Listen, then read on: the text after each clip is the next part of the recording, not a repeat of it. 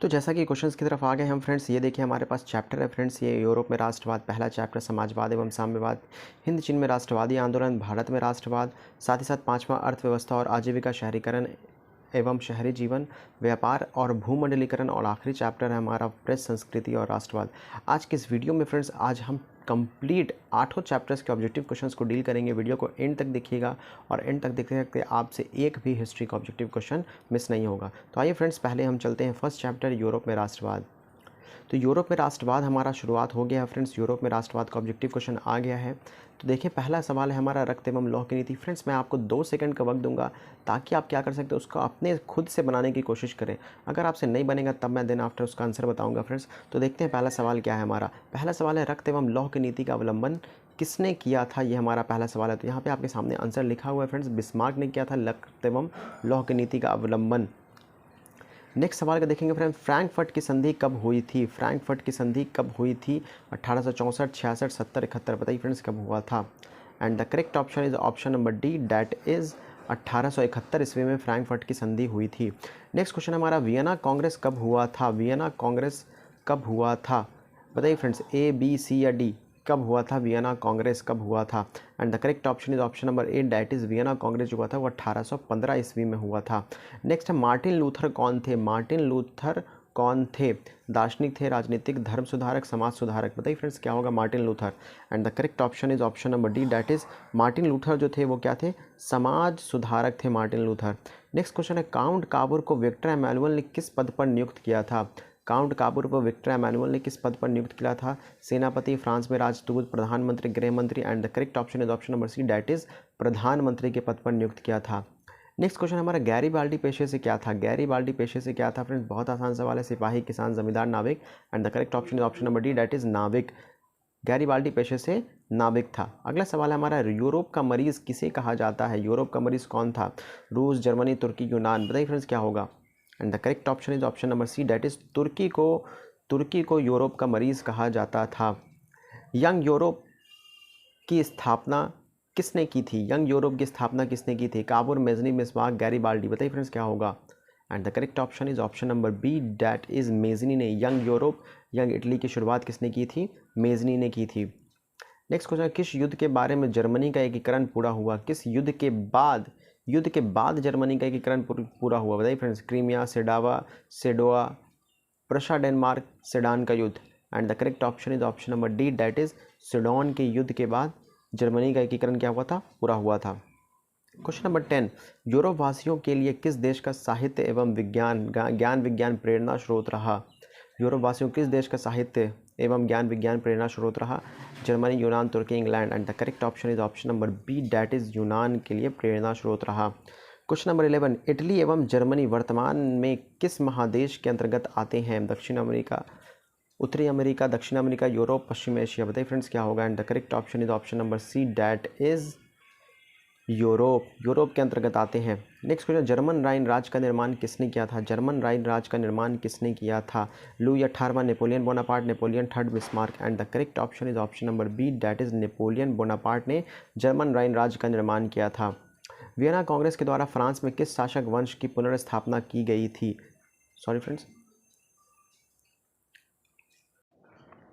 तो ये है हमारा सवाल, हैब्सबर्ग, अर्लिया, बुर्बो, जारशाही। And the correct option is option number D, C, that is Bourbon राजवंश की पुनर्स्थापना की गई थी, बुर्बो राजवंश। नेक्स्ट क्वेश्चन देखेंगे, सन 1870 में फ्रांस और प्रशा के बीच युद्ध कहाँ हुआ था। फ्रांस और प्रशा के बीच युद्ध कहाँ हुआ था, ये हमारा सवाल है। सेडोन, सेडोवा, साइडाइन, फ्रैंकफर्ट, कहाँ हुआ था friends. And the correct option is option number A, that is Sedan में हुआ था। नेक्स्ट क्वेश्चन है हमारा फ्रेंड्स, जालवेरिन एक संस्था थी, किसकी संस्था थी। क्रांतिकारियों की, व्यापारियों, विद्वानों, पादरी, सामंतों की। And the correct option is option number B, that is व्यापारियों की संस्था थी जालवेरिन। नेक्स्ट क्वेश्चन है, बिस्मार्क निम्न में से क्या था। बिस्मार्क निम्न में से क्या था। कवि, नाटककार, संगीतज्ञ, कूटनीतिज्ञ। तो बिस्मार्क क्या था? Option number D is the correct option, that is कूटनीतिज्ञ था बिस्मार्क। 1829 में एड्रियानोपल की संधि किस देश के साथ हुई। तुर्की, यूनान, हंगरी, पोलैंड। बताइए फ्रेंड्स क्या होगा। And the correct option is option number A, that is तुर्की। एड्रियानोपल की संधि किसके साथ हुई थी? तो तुर्की के साथ हुई थी। इटली एवं जर्मनी के एकीकरण के विरुद्ध निम्न में कौन था। इटली एवं जर्मनी के विरुद्ध एकीकरण के विरुद्ध निम्न में कौन था? इंग्लैंड, रूस, Austria, Persia. And the correct option is option number C, that is Austria था। ऑस्ट्रिया कभी भी नहीं चाहता था इटली एवं जर्मनी का एकीकरण हो। मेजनी का संबंध किस संगठन से था फ्रेंड्स? लाल सेना, कार्बोनेरी, फिलिक हेटेरिया या फिर Diet. And the correct option is option number B, that is Carbonari संगठन से था मेजनी का। नेक्स्ट है यूरोप सभ्यता का पालना किसे कहा जाता है? यूरोप सभ्यता का पालना किसे कहा जाता है? इटली, फ्रांस, हंगरी, यूनान को। And the correct option is option number D, that is यूनान को कहा जाता है यूरोपीय सभ्यता का पालना। एक्ट ऑफ यूनियन किस वर्ष पारित हुआ? एक्ट ऑफ यूनियन किस वर्ष पारित हुआ? 1688, 1707, 1788, 1807। And the correct option is option number A, that is 1688 ईस्वी में एक्ट ऑफ यूनियन पारित हुआ था। नेपोलियन संहिता किस वर्ष लागू की गई? Napoleon Samhita 1789, 1791, 1801, 1804। And the correct option is option number D, that is 1804 ईस्वी में नेपोलियन संहिता लागू की गई थी। वियना कांग्रेस में कौन राष्ट्र सम्मिलित नहीं था? वियना कांग्रेस में कौन राष्ट्र सम्मिलित नहीं था? ब्रिटेन, रूस, France, Germany. And the correct option is option number D, that is Germany. Vienna Congress में जर्मनी शामिल नहीं था। नेक्स्ट क्वेश्चन है वियना कांग्रेस में पवित्र संघ की योजना किसने प्रस्तुत की थी? And the correct option is option number A, that is रूस ने प्रस्तुत की थी पवित्र संघ की योजना। यंग इटली का संस्थापक कौन था? जियोवेट्री, Cavour, Mazzini, Garibaldi. And the correct option is option number C, that is Mazzini. Mazzini ने यंग इटली का मेजनी जो है यंग इटली का संस्थापक था। जर्मनी के एकीकरण के लिए बिस्मार्क ने कितने युद्ध किए? जर्मनी के एकीकरण के लिए बिस्मार्क ने 1, 2, 3, 4 कितने युद्ध किए फ्रेंड्स बताइए? And the correct option is option number C, that is 3 युद्ध किए थे। आप कमेंट सेक्शन में बताएं फ्रेंड्स वो 3 युद्ध कौन कौन से हैं, तीनों युद्ध के क्या नाम हैं। नेक्स्ट क्वेश्चन है जालवेरिन की स्थापना किस राज्य ने की? Prussia, Austria, Sardinia, France. आपको याद होगा फ्रेंड्स जालवेरिन एक व्यापारियों की संस्था थी, किस राज्य ने स्थापित की थी? And the correct option is Prussia ने स्थापना की थी इसकी। यूनान के स्वतंत्रता संग्राम में किसकी पराजय हुई? यूनान के स्वतंत्रता संग्राम में किसकी? रूस की, तुर्की, यूनान, फ्रांस। बताइए फ्रेंड्स क्या होगा? And the correct option is option number B, that is तुर्की की पराजय हुई। तुर्की हार गया क्योंकि यूनान के ऊपर तुर्की का अधिकार था, उसने कब्जा किया हुआ था। नेक्स्ट क्वेश्चन है हमारा 1789 की फ्रांसीसी क्रांति के समय वहाँ किस राजवंश का शासन था? ट्यूडर, स्टुअर्ट, बुर्बो, रोमनोव राजवंश। 1789 फ्रांस की क्रांति। And the correct option is option number C, that is Bourbon राजवंश का उसके ऊपर क्या था? शासन था। हंगरी की भाषा क्या थी? एंड हंगरी की भाषा क्या है फ्रेंड्स? तो मैग्यार थी। हंगरी की भाषा मैग्यार थी। नेक्स्ट क्वेश्चन है मारियान किस देश के राष्ट्रवाद का प्रतीक है? मारियान फ्रांस, रूस, Italy, Germany. And the correct option is option number A, that is France का मारियान जो है वो क्या है? राष्ट्रवाद की प्रतीक थी।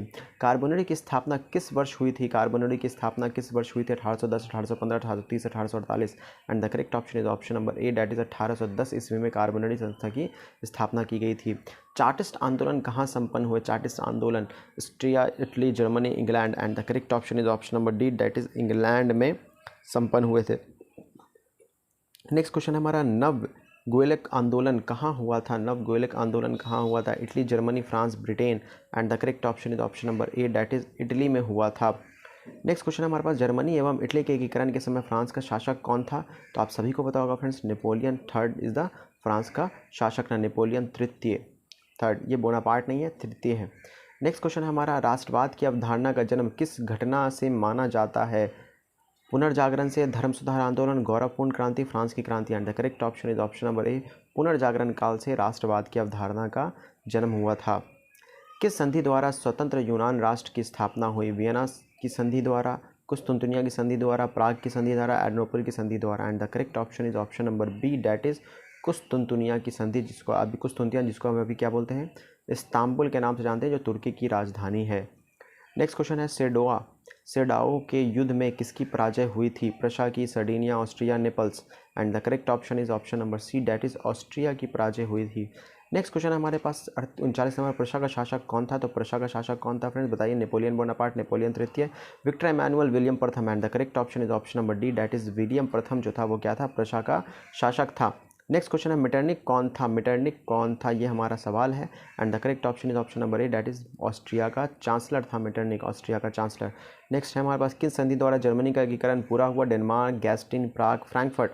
And the correct option is option number D, that is Frankfurt की संधि के द्वारा जर्मनी का एकीकरण पूरा हुआ था। युवा इटली संस्था का विकास युवा इटली संस्था का संस्थापक कौन है फ्रेंड्स, ये सवाल है यहाँ पे मिसप्रिंट है। तो Mazzini, Count Cavour, Garibaldi, Bismarck and the correct option is option number A, that is Mazzini ने किया था यंग इटली संस्था की स्थापना। नेपोलियन ने जर्मनी के किस संघ की स्थापना की थी, तो राइन संघ, जर्मन राइन राज्य या फिर जर्मन राइन संघ कह सकते हैं इसको आप। क्वेश्चन नंबर 44 देखते हैं, सर्डिनिया पिडमाउंट का शासक कौन था। सर्डिनिया पिडमाउंट का शासक नेपोलियन तृतीय, Count Cavour, Victor Emmanuel, William प्रथम। बताइए फ्रेंड्स क्या होगा।